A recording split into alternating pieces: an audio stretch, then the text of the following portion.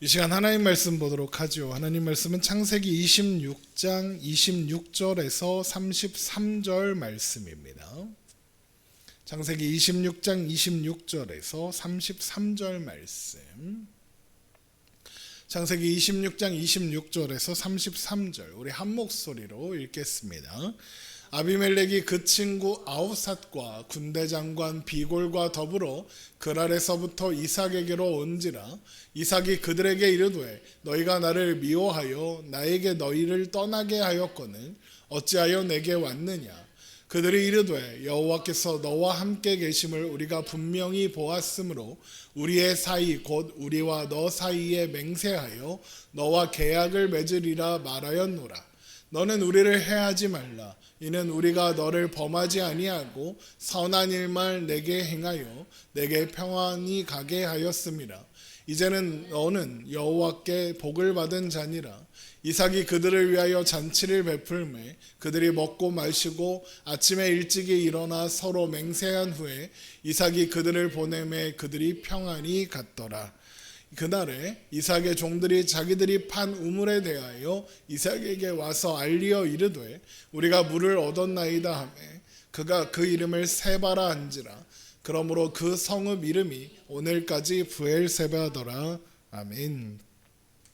그랄에 머물던 이삭은 하나님이 주신 복으로 인해 농사한 것에 100배나 얻었고 창대하고 왕성해져 거부가 되었습니다. 하지만 거부가 된 것은 복이 아니었죠. 거부가 되는 바람에 블레셋 사람들의 미움을 받아 그랄에서 쫓겨나게 되었으니까요. 그리고 나서 가는 곳마다 우물을 파는데 우물이 계속 나는데 그런데 계속 빼앗겼습니다. 그런데 사실 미움받고 쫓겨난 것, 그렇게 우물을 빼앗긴 것이 사실 복이었습니다. 왜 쫓겨났고 왜 뺏겼는데 왜 복입니까? 그 결과로 인도하시는 하나님을 배웠기 때문입니다. 이삭이 그 과정을 통해서 아비멜렉이 또 권력이 부함이 이삭을 지켜주는 것이 아니라 하나님이 지키신다는 것을 배웠기 때문입니다. 그래서 쫓겨나고 빼앗긴 것이 오히려 복이었다라는 겁니다. 그리고 이삭도 그렇다는 걸 배웠죠. 그래서 르호봇에 이르렀을 때 이제는 여호와께서 우리를 위하여 넓게 하셨으니 이 땅에서 우리가 번성하리로다라고 고백할 수 있었던 겁니다. 르호봇은 넓다, 크다라는 뜻의 히브리어 라하브의 명사형 레호브를 복수형으로 바꾼 것이고 레호브는 넓은 곳, 광장이란 뜻이죠. 그래서 르호봇은 넓은 곳들, 넓은 공간들이라는 의미다라고 설명드렸습니다. 이제 이삭의 이제는 여호와께서 우리를 위하여 넓게 하셨으니라는 고백 그대로를 담은 이름이 르호봇인 겁니다. 하나님께서 자신의 지경을 넓히시며 또한 번성케 하시는 분이라는 것, 하나님만이 이삭을 위하시고 이삭을 보호하신다는 것을 르호봇을 고백한 이삭의 고백이었던 거죠. 그리고 그 이삭은 이제 브엘세발로 올라가 아버지가 심었던 에셀 나무 앞에서 하나님의 약속을 확증받고 이후로 하나님의 이름을 부르며 그곳에서 사는 겁니다. 하나님 앞에서 하나님 안에 사는 것이 복이다라는 것을 알게 되었으니까요. 창세기 26장 23절 이삭이 거기서부터 브엘세바로 올라갔더니입니다. 그래서 하나님은 그 자리에서 그 밤에 여호와께서 그에게 나타나 이르시되 나는 내 아버지 아브라함의 하나님이니 두려워하지 말라. 내 종 아브라함을 위하여 내가 너와 함께 있어 내게 복을 주어 내 자손이 번성하게 하리라 라고 말씀하시는 겁니다. 하나님이 이삭에게 두려워하지 말라 그러시죠. 지난 시간에 말씀드린 것처럼 두려워하지 말라 그러면 그게 무슨 뜻이라고 했습니까? 그 사람이 두려워하고 있다는 뜻입니다. 이삭이 뭔가 여전히 두려운 겁니다. 뭐가 두려웠습니까? 이삭이 하나님보다 아비멜렉의 약속을 더 의지했던 이유가 뭡니까? 하나님의 약속은 하나님은 눈에 보이지도 않고 손에 잡히는 것도 없기 때문이었죠. 아비멜렉과 그의 약속은 눈에 보이고 손에 잡혔습니다. 그래서 아비멜렉을 의지했지만 자신을 지켜줄 거라고 믿었던 아비멜렉과 아비멜렉의 명령은 유효하지 않았습니다. 그래서 결국 밀리고 밀려서 르호봇까지 들어가게 되었죠. 그런데 바로 그런 곳에서 하나님은 그에게 다시 한번 확증하시는 겁니다. 두려워하지 말라고. 내가 너의 하나님이라고. 네가 기억하는 너의 아버지 아브라함의 하나님이 이제는 이삭 너의 하나님이 된다고 말씀하시는 거죠. 이런 확증을 얻은 이삭은 아버지가 그랬던 것처럼 브엘세바에 제단을 쌓고 그제야 하나님의 이름을 부릅니다. 창세기 26장 25절 이삭이 그곳에 제단을 쌓고 여호와의 이름을 부르며 거기 장막을 쳤더니 이삭의 종들이 거기서도 우물을 팠더라. 그렇게 하나님은 이삭 또한 아브라함처럼 하나님만이 그의 도움이시며 그의 상급이신 것을 믿는 자리로 데리고 가신 겁니다. 아마도 이후로 이삭은 브엘세바에 머물면서 살았던 것 같습니다. 그런데 어느 날 아비멜렉이 그의 신하들과 함께 이삭을 만나러 옵니다. 창세기 26장 26절입니다. 아비멜렉이 그 친구 아우삿과 군대장관 비골과 더불어 그랄에서부터 이삭에게로 온지라. 여기 아비멜렉의 친구라고 소개된 아우삿은 친구라는 신하의 직책명입니다. 우리가 번역은 친구로 되어 있지만 이 왕의 친구가 어떤 역할을 하는 사람이냐? 조언을 하는 고문 같은 사람인 겁니다. 그러니까 신하들을 데리고 온 게 맞는 거죠. 근데 아비멜렉이 쫓아냈잖아요. 이삭을 쫓아낸 거잖아요. 그래놓고 이제 와서 왜 이삭을 만나러 왔을까요? 여러분 같으면 자기를 쫓아낸 사람이 이삭 만나겠다고 오면 뭐라고 하겠어요? 왜 왔어? 쫓아낼 때는 언제고 그러겠죠. 이삭도 그렇게 말합니다. 창세기 26장 27절 이삭이 그들에게 이르되 너희가 나를 미워하여 나에게 너희를 떠나게 하였거늘 어찌하여 내게 왔느냐. 그러니까 이삭은 아비멜렉에게 자신의 불신과 불만이 가득 담아서 이런 질문을 하는 거죠. 그런 이삭에게 아비멜렉이 자신이 이삭을 찾아온 이유를 이렇게 설명합니다. 창세기 26장 28절 그들의 이르되 여호와께서 너와 함께 계심을 우리가 분명히 보았으므로 우리의 사이 곧 우리와 너 사이에 맹세하여 너와 계약을 맺으리라 말하였노라. 너는 우리를 해하지 말라. 이는 우리가 너를 범하지 아니하고 선한 일만 내게 행하여 내가 평안히 가게 하였음이라. 이제 너는 여호와께 복을 받은 자니라. 아비멜렉이 이전에 아브라함에게 그랬던 것처럼 약속을 맺자 그럽니다. 우리를 해하지 않기로 하자입니다. 그런데 아비멜렉이 조약을 맺자고 하는 이유가 뭡니까? 그들이 이르되 여호와께서 너와 함께 계심을 우리가 분명히 보았으므로 그럽니다. 하나님께서 이삭과 함께 계신다는 사실을 아비멜렉이 봤다 그러는 겁니다. 왜 이런 생각을 아비멜렉과 그의 신하들이 하게 됐을까요? 이삭이 가는 곳마다 우물을 파는데 팔 때마다 우물이 나오는 겁니다. 제가 말씀드렸죠. 이게 우물 판다고 그냥 쉽게 나오는 게 아니라고요. 그러니까 아비멜렉은 이삭이 브엘세바까지 오는 여정을 보면서 그걸 다 보고를 받은 거죠. 그러면서 아비멜렉은 신적인 도움 없이는 맨날 팔 때마다 우물이 나는 건 있을 수 없다라고 판단한 겁니다. 블레셋을 멸망시킬 뻔했던 아브라함의 하나님이 이삭과도 함께 하시는구나 이렇게 판단한 거죠. 맞는 말입니다. 그런데 그런 결론에 도달하고 보니 불안한 겁니다. 왜요? 아비멜렉의 사람들이 그랄 사람들이 아브라함의 우물을 메워버렸죠. 아비멜렉이 결국 그래서 나가라 그랬죠. 쫓아냈죠. 그랄의 목자들이 이삭이 우물을 새로 팔 때마다 2번이나 빼앗았죠. 그렇게 해서 결국 이삭은 그랄에서 벗어나게 됐죠. 상황만 보면 큰일 난 겁니다. 아비멜렉은 아브라함 때는 아내를 데려왔는데 손도 안 댔어요. 그런데도 망할 뻔했거든요. 그런데 지금 이삭은 분명하게 핍박을 하고 피해를 끼쳤단 말이죠.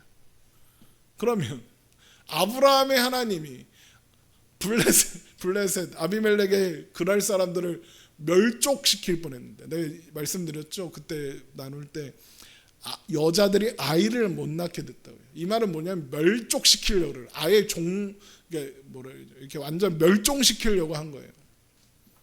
멸종당할 위기에 처한 거예요 지금. 그래서 뭐라고 합니까? 29절에 우리를 해하지 말라. 무슨 말입니까? 한 번만 살려주세요 그러는 거죠. 그러니까 아비멜렉은 이삭이 자신을 해칠 수 있다고, 해할 수 있다고. 그러니까 정확하게는 이삭과 함께 하시는 하나님이 우리를 해칠 수 있다고 생각하는 거죠. 그러면서 뭐라고 합니까? 우리는 이삭을 범하지 않고 선한 일만 내게 행하여 평안하게 가게 했다 그러죠. 뻔뻔하죠. 언제? 쫓아냈잖아. 이삭의 안전을 보장해 놓고, 그래 놓고는 자기 백성들이 이삭을 막 핍박할 때 안 도왔잖아. 그래 놓고 언제 그럴 사람들이 이삭한테 선한 일만 했어요. 쫓아내고 우물 뺐고, 완전 거짓말이죠. 하지만 아비멜렉은 그렇게 말해야만 하는 거예요. 왜? 지금 이삭과 안전을 보장하는, 안전을 서로 불가침 조약을 맺지 않으면 아브라함 때에 그랬던 것처럼 이건 멸망이에요. 그래서 어떻게든 이삭을 설득해야 했고, 그나마 자신들이 이삭에게 했던 선한 일, 그랄에 사는 동안은 아무도 리브가를 탐내지 않았고 이삭을 건드리지 않았던 일을 언급하면서 우리가 서로 해치지 않기로 하자, 조약을 맺자 그러는 겁니다.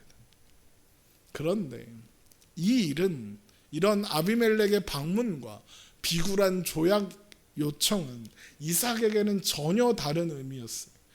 브엘세바에서 주신 하나님의 말씀이 아비멜렉이 보여주는 태도와 말을 통해서 확증됐거든요.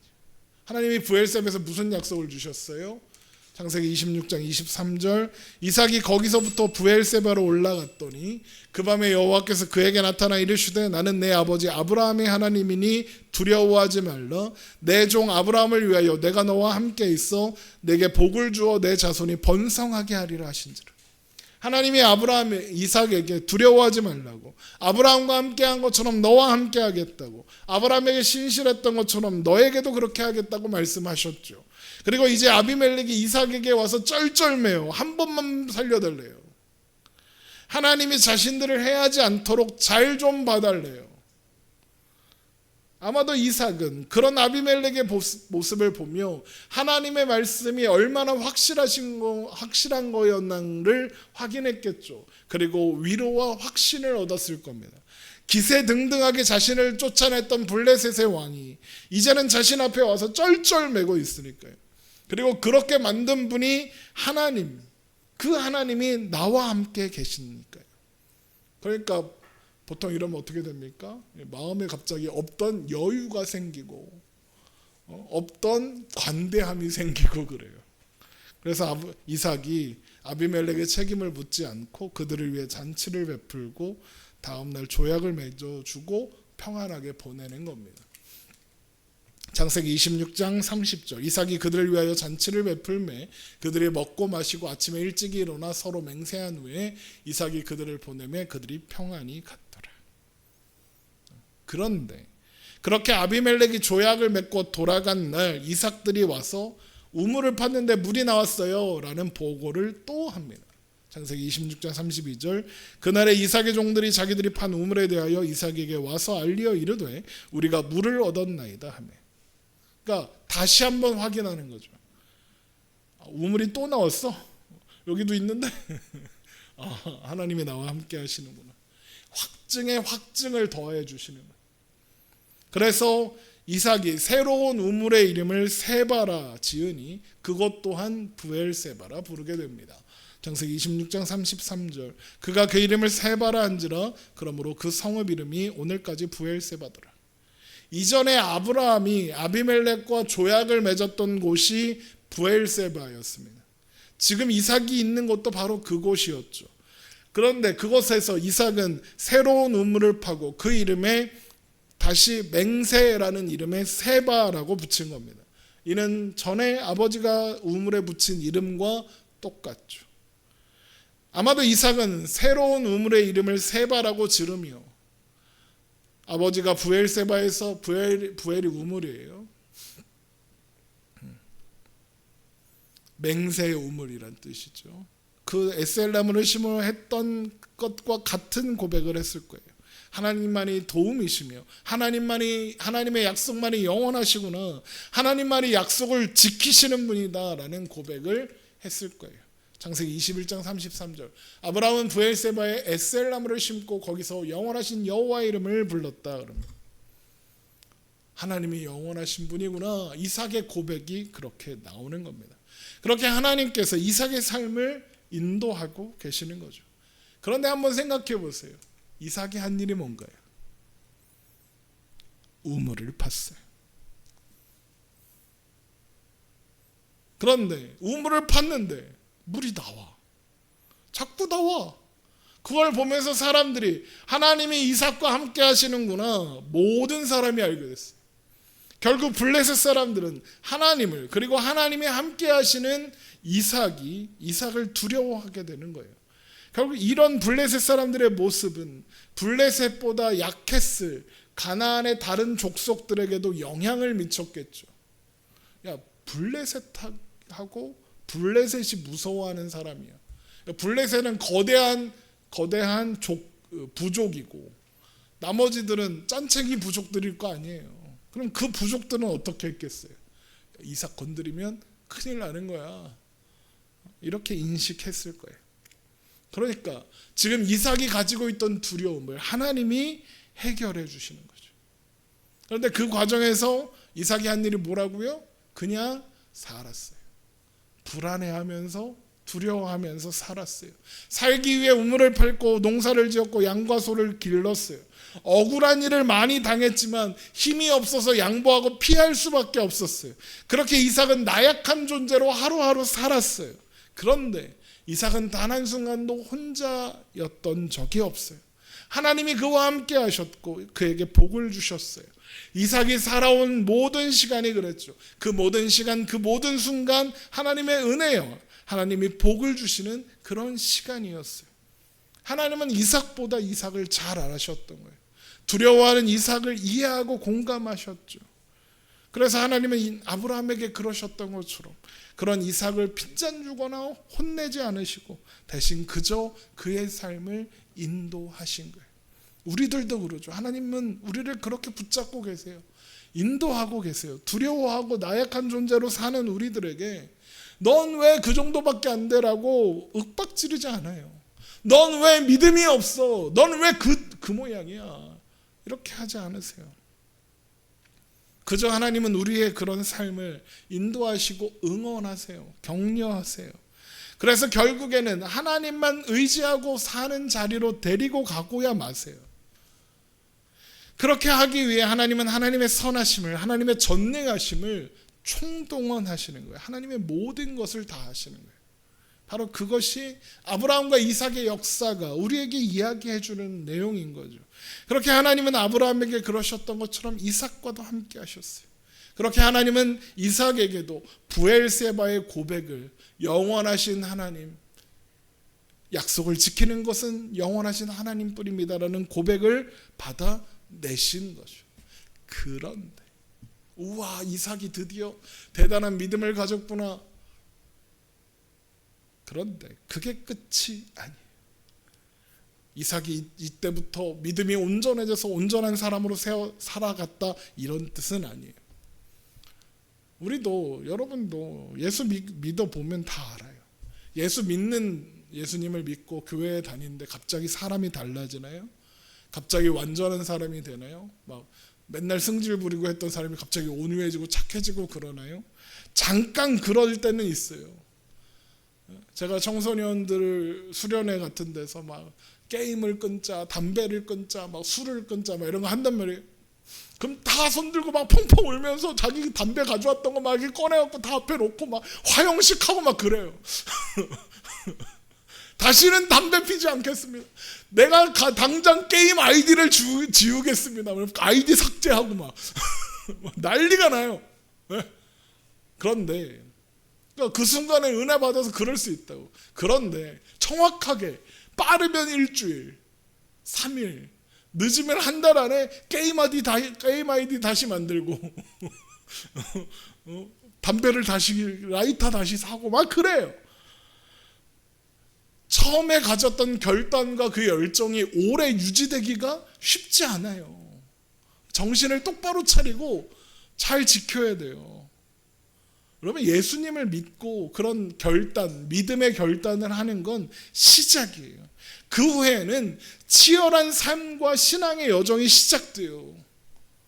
그 시간을 통해서 하나님은 우리를 완전한 백성으로 다듬어 가시고 만들어 가세요. 이삭도 다르겠어요?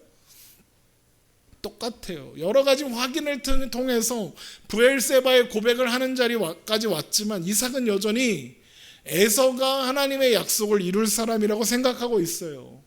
그렇다는 건 이삭은 여전히 하나님의 일이 어떤 방식으로 이루어지는가는 이해하지 못하고 있는 거예요.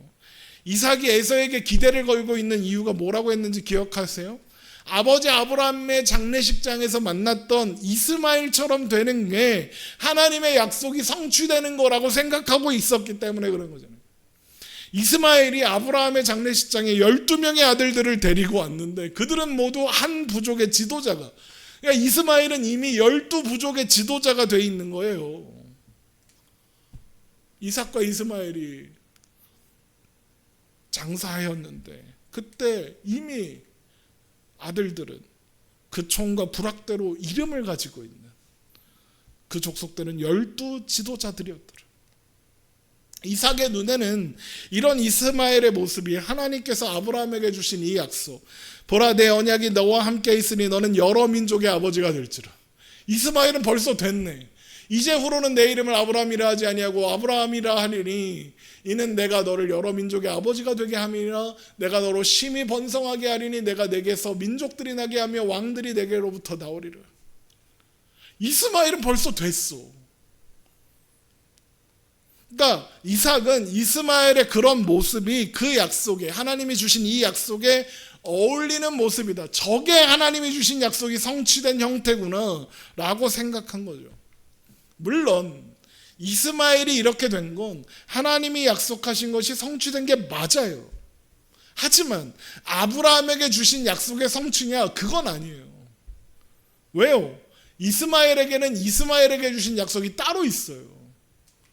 창세기 16장 10절 여호와의 사자가 또 그에게 이르되 내가 내 씨를 크게 번성하여 그 수가 많아 셀 수 없게 하리라. 여호와의 사자가 또 그에게 이르되 내가 임신하였은즉 아들을 낳으리니 그 이름은 이스마엘이라 하라. 이는 여호와께서 내 고통을 들으셨음이니라. 그가 사람 중에 들나귀 같이 되리니 그의 손이 모든 사람을 치겠고 모든 사람의 손이 그를 칠지며 그가 모든 형제와 대항해서 살리라.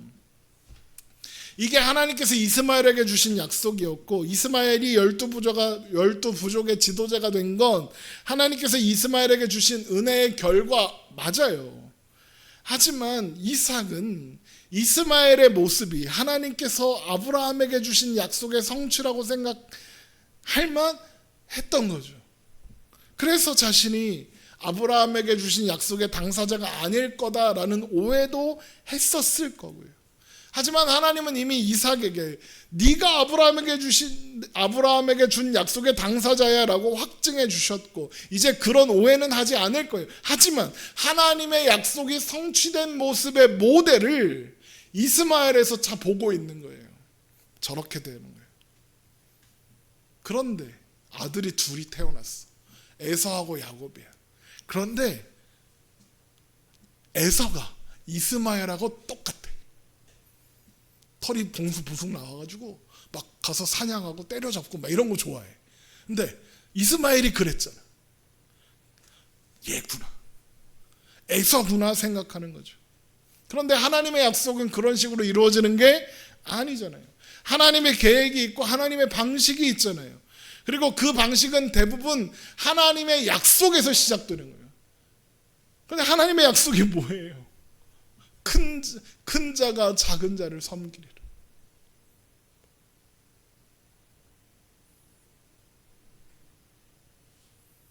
큰 자가 작은 자를 섬기려는 약속이 있어요. 그럼 누구예요? 야곱이죠. 왜 야곱이냐는 몰라요. 제가 나름대로 유추해 본 건 야곱이 더 자격 없는 놈이라서 그랬다. 그렇게 추측해요. 에서와 야곱 누가 더 자격 없냐? 그럼 야곱이 더 자격 없어요. 왜? 여러분, 에서와 야곱 같은 사람이 있다고 칩시다. 둘 중에 하나를 친구로 삼으면 누구를 친구로 삼겠느냐? 전 고민 없이 에서라고 선택할 거예요. 왜 에서가 낫냐? 에서는 외향적이에요. 숨기는 게 없고요. 솔직해요. 야곱은요, 음흉해요. 웃고 있는데 속으로는 다른 생각해요. 좀 무식하지만 솔직한 친구. 한 명은 나를 어떻게 벗겨먹을까 사기칠까 생각하고 있는 친구. 둘 중에 누구 사귈래요? 좀 무식해도 솔직한 친구 사귀지 않겠어요? 그래서 이삭의 눈에도 에서야말로 내가 생각하는 방식대로 하나님의 약속을 이루어줄 사람으로 보였을 거예요. 그런데 이 에서가 사고를 쳐요. 무슨 사고를 치냐? 해쪽 속 여인, 그것도 한 명 아니라 2명이나 데려와서 아내로 삼아요. 그래서 이삭이 근심해요. 창세기 26장 34절. 에서가 40세에 해쪽 속 부에리의 딸 유딧과 해쪽 속 엘론의 딸 바스맛을 아내로 맞이하였더니 그들이 이삭과 리브가의 마음에 근심이 되었더라. 에서도 지금 나이가 40세예요. 결혼할 만하죠. 40세니까. 그런데 이건 이삭의 뜻과 달라요. 왜요? 이삭이 어떻게 결혼했죠? 아브라함이 자신을 위해 고향에서 신부감인 리브가를 찾아왔잖아요. 그러면 이삭은 어떻게 생각하고 있을까요? 나도 때가 되면 아버지의 고향에서 신부감을 찾아와야겠다, 이렇게 생각했을 거 아니에요. 그런데 에서한테 그런 말을 했을 거예요. 아마 기다려. 근데 에세가 그걸 안 기다리고 신부감을 2명이나 데리고 와서 사는 거예요. 그러니 근심이 되죠. 이러면 안 되는데, 내가 계획이랑 좀 다른데, 그럼 근심하는 거죠. 하지만 그런 에서의 일탈에도 불구하고 에서를 향한 이삭의 사랑은 거두게 할 수 없었죠. 그래서 나이가 많아 눈이 어두워 잘 못 보는 지경이 되니까 아버지가 자신에게 그랬던 것처럼 상속해 주려고 에서를 불러요. 그리고는 사냥해서 별미를 가져오라고, 내가 그걸 먹고 너를 축복하겠다고, 장자를 위한 축복을 하겠다고 하는 거예요. 창세기 27장 1절. 이삭이 나이가 많아 눈이 어두워 잘 보지 못하더니 맏아들 에서를 불러 이르되 내 아들아 하매 그가 이르되 내가 여기 있나이다 하니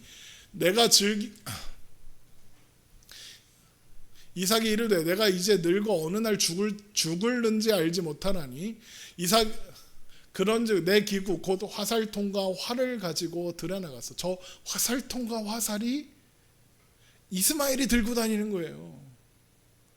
들에 나가서 나를 위하여 사냥하여 내가 즐기는 별미를 만들어 내게로 가져와서 먹게 하여 내가 죽기 전에 내 마음껏 내게 축복하게 하라 그럽니다. 그런데 이런 이삭의 결정에는 문제가 있죠. 하나님의 뜻과는 다르다는 거예요. 하나님의 뜻은 에서가 아니라 야곱이에요. 이삭이 리브가가 받았다는 이 약속, 여호와께서 그에게 이르시되 두 국민이 내 태중에 있구나, 두 민족이 내 복중에서부터 나누이리라, 이 족속이 저 족속보다 강하겠고 큰 자가 어린 자를 섬기리라 하셨더라. 이 약속을 몰랐을 리가 없어요. 왜요? 리브가가 혼자 알고 있었겠어요? 이 말씀을 당연히 얘기했겠죠. 물론 이삭이 이걸 뜻을 잘 몰랐던 거 아닙니까? 그럴 수도 있죠. 그런데 몰랐으면 하나님한테 물어봐야죠. 하나님, 누가 큰 자입니까? 에서죠. 야곱이죠. 큰 자가 작은 자를 섬긴다고 했어요. 보니까 에서가 조금 키가 작은 것 같기도 하고, 이제 이렇게 물어봐야죠. 그런데 묻지 않고 에서라고 생각해요. 왜 그랬을까요? 그게 내가 원하는 거거든요. 괜히 물었다가 하나님이 에서 아니고 야곱이야 그러면 곤란해요. 그래서 성경이 이삭이 눈이 어두웠다 그러는 거예요. 성경에서 눈이 어두웠다 말은 단순히 나이가 많아져서 시력이 나빠졌다 이런 뜻이 아니라 영적인 분별력이 없어졌다 이런 뜻이기도 하거든요. 영적 분별력이라는 게 대단한 게 아니에요. 하나님의 말씀을 통해 하나님의 뜻을 확인하는 거, 그게 분별력이에요. 그리고 그렇게 알게 된 것이 마음과 생각을 주장하게 하는 게 분별력이에요. 영적 분별력이에요. 그런데 이삭은 그럴 생각이 없어요. 왜? 에서여야 하니까요. 그 고집, 그 생각을 포기하지 못하겠는 거예요. 그래서 에서를 축복하게 하기로 한 거예요. 아니, 에서가 이삭을 근심하게 했다면서요. 그런데 이제 이삭이 에서를 축복하면 에서가 이제 이 집의 가장이 되는 거예요. 그러니까 상속시켜 주려고 하는 거라고요. 이삭은 아브라함이 자기의 아내를 구하기 위해서, 리브가를 고르기 위해서 어떤 일을 했는지 알고 있고 그 의미가 무엇이었는지도 알고 있어요. 왜? 아브라함의 종이 갔다 와서 상세하게 이삭한테 보고했잖아요. 어떤 일이 있었는지. 다 알아요. 그래갖고 에서가 결혼한 여인들 때문에 근심했잖아요. 그런데 마치 그런 것들이 아무것도 아닌 것처럼 에서에게 장자의 축복을 주어서 가장이 되게 하겠다고, 내가 너한테 상속해 줄 거라고 그러는 거예요. 아니, 그러면 최소한 그게 잘못인 걸 알면 최소한 에서 데려다가 이혼해. 걔는 아니야. 헤어져. 하든지, 아니면 리브가처럼 합당한 여인을 데려와서 결혼하고, 얘네들은 첩이라고 하고, 아브라함도 첩이 있었으니까, 하갈이 있었으니까 얘는 첩이라고 하고 얘가 본처야, 이렇게 하든지 뭐라도 해야죠. 그런데 그런 건 하나도 하지 않고, 그러니까 에서를 가르칠 생각은 없고 그냥 강행해요. 왜요? 에서여야 하니까요. 에서가 이스마엘처럼 해줄 것 같은데, 에서라면 이스마엘이 이룬 일들 12족장의 아버지가 되는 거 해줄 것 같거든요.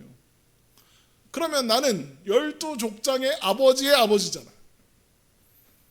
야곱은 비리비리하고 힘도 없어 보이고 맨날 음흉하게 막 저러고 있고 돌아다니지도 않고 저거, 무조건 에서여야 된다 그러고 있는 거죠.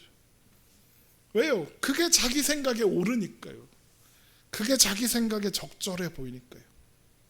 그런데 이런 모습은 아브라함이 보여준 모습이기도 해요. 아브라함도 자기 생각에 옳은 방법, 자기 생각에 적절해 보이는 방법으로 여러 가지 시도를 했었죠. 그래서 하갈과 동침해서 이스마엘을 낳았어요. 그런데 그 결과가 뭐예요? 가정의 불화였고 하갈과 이스마엘의 억울한 이주였죠. 그리고 아브라함의 선택이 초래한 가장 큰 문제는 이삭이 지금 이스마엘을 부러워하고 있잖아요. 이게 가장 큰 문제예요. 그래서 이삭이 봐야 할 걸 보지 않고 들어야 할 걸 듣지 않게 된 거예요. 그래서 하나님의 뜻을 묻지 않고 자기 생각에 옳은 방식으로 자기가 보기에 옳은 대로 가고 있죠. 그래서 뭐라 그래요? 내가 즐기는 별미를 만들어 내게로 가져와서 먹게 하여 내가 죽기 전에 내 마음껏 내게 축복하게 하라 그러잖아요. 보세요. 내가 죽기 전에 내 마음껏 축복하겠다. 뭔 말이에요? 내 마음대로 할 거야 이거잖아요. 하나님 뜻 상관없어 이거잖아요. 내 마음대로 할 거예요. 내 마음대로. 그러면 어떻게 되겠어요? 이게 선한 결과로 이어지겠어요? 에서를 축복하겠다. 그래서 에서를 장자로 세우겠다. 이게 하나님의 뜻이다라고 생각한 이삭의 결정의 결과가 뭐예요? 리브가와 야곱이 거짓말한 거죠. 에서와 야곱의 불화가 생겼어요. 그래서 야곱이 외삼촌 라반의 집으로, 외갓집으로 도망쳐야 했고, 그래서 리브가는 사랑하는 아들 야곱을 20년이나 못 봐요. 심지어 어떤 성경학자들은 창세기에 리브가가 죽었다는 기록이 없고, 또 야곱이 돌아와서 리브가를 만났다는 기록이 없고, 이걸 근거로 해서 야곱이 이삭에게 돌아온 건 리브가가 죽은 후였다라고도 해요. 그러면 이삭에게 리브가가 어떤 사람이에요? 엄마를 잃고, 엄마 사라를 잃고 위로가 가장 필요했을 때 위로가 된 사람이 리브가잖아요. 그런데 리브가는 사랑하는 아들을 잃고 죽을 때까지 살았어요. 이삭은 자신의 위로가 되었던 리브가가 죽을 때까지 아들 보고 싶어서 슬퍼하고 외로워하는 걸 지켜봐야 했던 거예요. 이게 이삭이 자기를 위해서 한 결정과 판단의 결과예요. 여러분, 우리가 늘 잊지 말아야 하는 것은 사람이 자기를 위해서 하는 결정과 판단이 자신에게 유익이 꼭 반드시 되는 건 아니다라는 거예요. 당장은 이게 좋아 보이고 당장은 이게 유익해 보여도 결국에는 아무 유익도 되지 못하고 끝나는 게 부지기수예요. 그럼 우리는 어때요? 나한테 도움이 되는 선택을 하고 싶잖아요. 우리에게 유익이 되는 선택을 하고 싶잖아요. 그럼 어떻게 해야 할까요? 하나님의 뜻대로 하면 돼요. 근데 문제가 뭐냐? 이삭이 지금 왜 에서라고 자꾸 이런다고요? 하나님께 묻지도 않고 에서여야 하니까요. 우리도 그래요. 하나님의 뜻이 내 생각과 달라요. 이러면 안 될 것 같은데. 하나님의 뜻은 이웃을 사랑하고 용서하래요. 근데 용서하기 싫어요.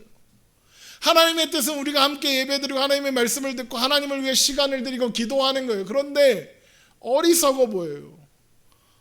주일 11시면 딱 데이트 준비해서 남자친구 만나러 가서 점심 먹고 이래야 되는 시간인데 예배를 드리라고. 이 시간에 아르바이트 못하면 아르바이트 못하는데 예배를 드리라고. 이 시간에 장사를 하면 내가 돈을 얼마나 더 버는데. 그렇게 하면 안 될 것 같은 거예요. 주일에 쉬라고? 어떻게 하루를 쉬어? 그렇게 하면 뭔가 손해볼 것 같고 뭔가 불편해 보여요. 정직하게 살으래 하나님이. 정직하면 안 되잖아. 욕심 부리지 말고 베풀고 살래. 그러면 사람들이 호구를 잡으려고 하는데 불편해. 하나님의 뜻과 판단이 오히려 미련해 보여요. 그런데 하나님의 뜻이 유익이에요. 물론 이 세상에서 하나님의 뜻대로 사는 과정이 유익했다는 걸 확인 못하고 죽는 삶이 훨씬 많을 거예요. 하나님의 뜻대로 살았는데 맨날 고생하고 힘들고 맨날 상처받고 맨날 아프고 그렇게 살다가 죽을 수도 있어요. 그런데 그렇게 죽고 끝이 아니잖아요. 하나님 품에 안길 거예요. 하나님 나라 갈 거잖아요. 거기서 확인할 거예요. 하나님이 내가 살아온 그 여정 과정을 통해서 하나님이 무엇을 이루셨는가를 확인하게 하실 거예요. 미련하다고 손가락질 받으며 어리석다고 무시받으며 했던 선택들이 합력하여 선을 이루신 것을, 하나님이 얼마나 놀라운 일을 행하게 하셨는가를 영광으로 기쁨으로 알게 될 거예요. 유명한 예화가 있어요. 유명한 이야기가 있어요. 어떤 사람이 호주에서 맨날 아침마다 전도를 했대요. 이모상 목사가 하는 것처럼 맨날 전도를 했대요. 맨날. 근데 한 명도 안 믿었대. 한 명도 내가 당신 때문에 예수를 믿었습니다 이렇게 이야기하거나 내가 당신 때문에 교회를 갑니다, 같이 교회 갑시다 라고 한 사람이 한 명도 없었대요. 평생 40년 50년을 전도를 했는데. 그러던 어느 날 유명한 세계적으로 유명한 설교자였던 어떤 목사님이 호주에 방문을 한 거예요. 그런데 방문을 해서 길을 걷는데 거리에서 전도하고 있는 노인을 본 거죠. 그분을 만나서 전도지를 받고 보니까 이 목사님이 한 가지 사건이 떠오른 거예요. 무슨 사건이 떠오르냐, 자기가 미국에서 집회를 하고 막 전 세계를 돌아다니면서 집회를 하는데 자꾸 예배가 끝나면 사람들이 와서 막 은혜 받았다는 이야기를 하면서 이런 얘기를 하더는 거예요. 목사님, 제가 예수를 못 믿었는데 호주에 여행을 갔다가 호주에 출장을 갔다가 호주에 무슨 일이 있어서 갔다가 거리에서 만났던 어떤 사람이 있으면 그 사람이 나한테 전도지를 주면서 예수를 믿으라고 했는데 그때는 그냥 아무것도 아니어서 그냥 지나쳤는데 그 기억이 계속 남아서 나를 예수 믿는 자리로 인도했고 그래서 지금 내가 이 자리에 있습니다 라고 이야기를 했다는 거예요. 그 사람이 떠오른 거예요. 당신이, 그래서 그 목사님이 가서 그 사람한테 그랬다는 거예요. 당신이었군요. 무슨 말입니까? 내가 이러한 일이 있었다. 그래서 그 사람이 나는 한 번도 한 명도 전도하지 못했다고 생각했습니다. 내 인생은 실패라고 생각했습니다. 그런데 죽기 전에 하나님이 당신을 통해서, 목사님을 통해서 위로를 주시는군요. 그랬더니 그리고 그 다음날 죽었대요. 헛되고 미련한 것 같은 그 일이 세계 각지의 수백만 명의 사람들을 구원의 자리로 인도했다. 그걸 죽기 전에 알게 된 거예요. 그럼 미련하다고 손가락질 받으며 어리석다고 무시받으며 살던 그 선택들이 합력하여 선을 이루시는 하나님의 능력 안에서 어떤 일을 이룰지 우리는 몰라요. 하지만 하나님은 이루세요. 그걸 어떻게 하냐고요? 말씀에 있으니까요. 이사야 55장 8절 이는 내 생각이 너희의 생각과 다르며 내 길은 너희의 길과 다름이라 여호와의 말씀이니라. 이는 하늘이 땅보다 높음 같이 내 길은 너희 길보다 높으며 내 생각은 너희 생각보다 높음이라. 우리의 생각과 하나님의 생각은 차원이 다르다는 거예요. 그러면서 이어지는 말씀에 이는 비와 눈이 하늘로부터 내려서 그리로 되돌아가지 아니하고 땅을 적셔서 소출이 나게 하며 싹이 나게 하여 파종하는 자에게는 종자를 주며 먹는 자에게는 양식을 준 것과 같이 내 입에서 나가는 말도 이와 같이 헛되이 내게로 되돌아오지 아니하고 나의 기뻐하시는 뜻을 이루며 내가 보낸 일에 형통함이라. 하나님의 말씀은 하나님의 뜻은 헛되이 돌아오는 법이 없대요. 반드시 하나님의 뜻을 이룬대요. 모든 일에 형통하대요. 우리의 생각으로는 아무 일도 일어난 것 같지 않았지만 사실은 비가 내려서 흘러내려가면서 많은 일을 하는 것처럼 하나님의 말씀도 그렇게 됐대요. 하나님의 뜻을 이루었대요. 그 모든 일에 합력하여 선을 이루서 우리에게 진정한 기쁨과 평안과 영원히 사라지지 않을 행복이 되게 하신대요. 그래서 이사야 55장 12절 너희는 기쁨으로 나아가며 평안히 인도함을 받을 것이요 산들과 언덕들이 너희 앞에서 노래를 바라고 들의 모든 나무가 손뼉을 칠 것이며 잣나무는 가시나무를 대신하여 나며 화석류는 찔레를 대신하여 날 것이라. 이것이 여호와의 기념이 되며 영영한 표징이 되어 끊어지지 아니하리라.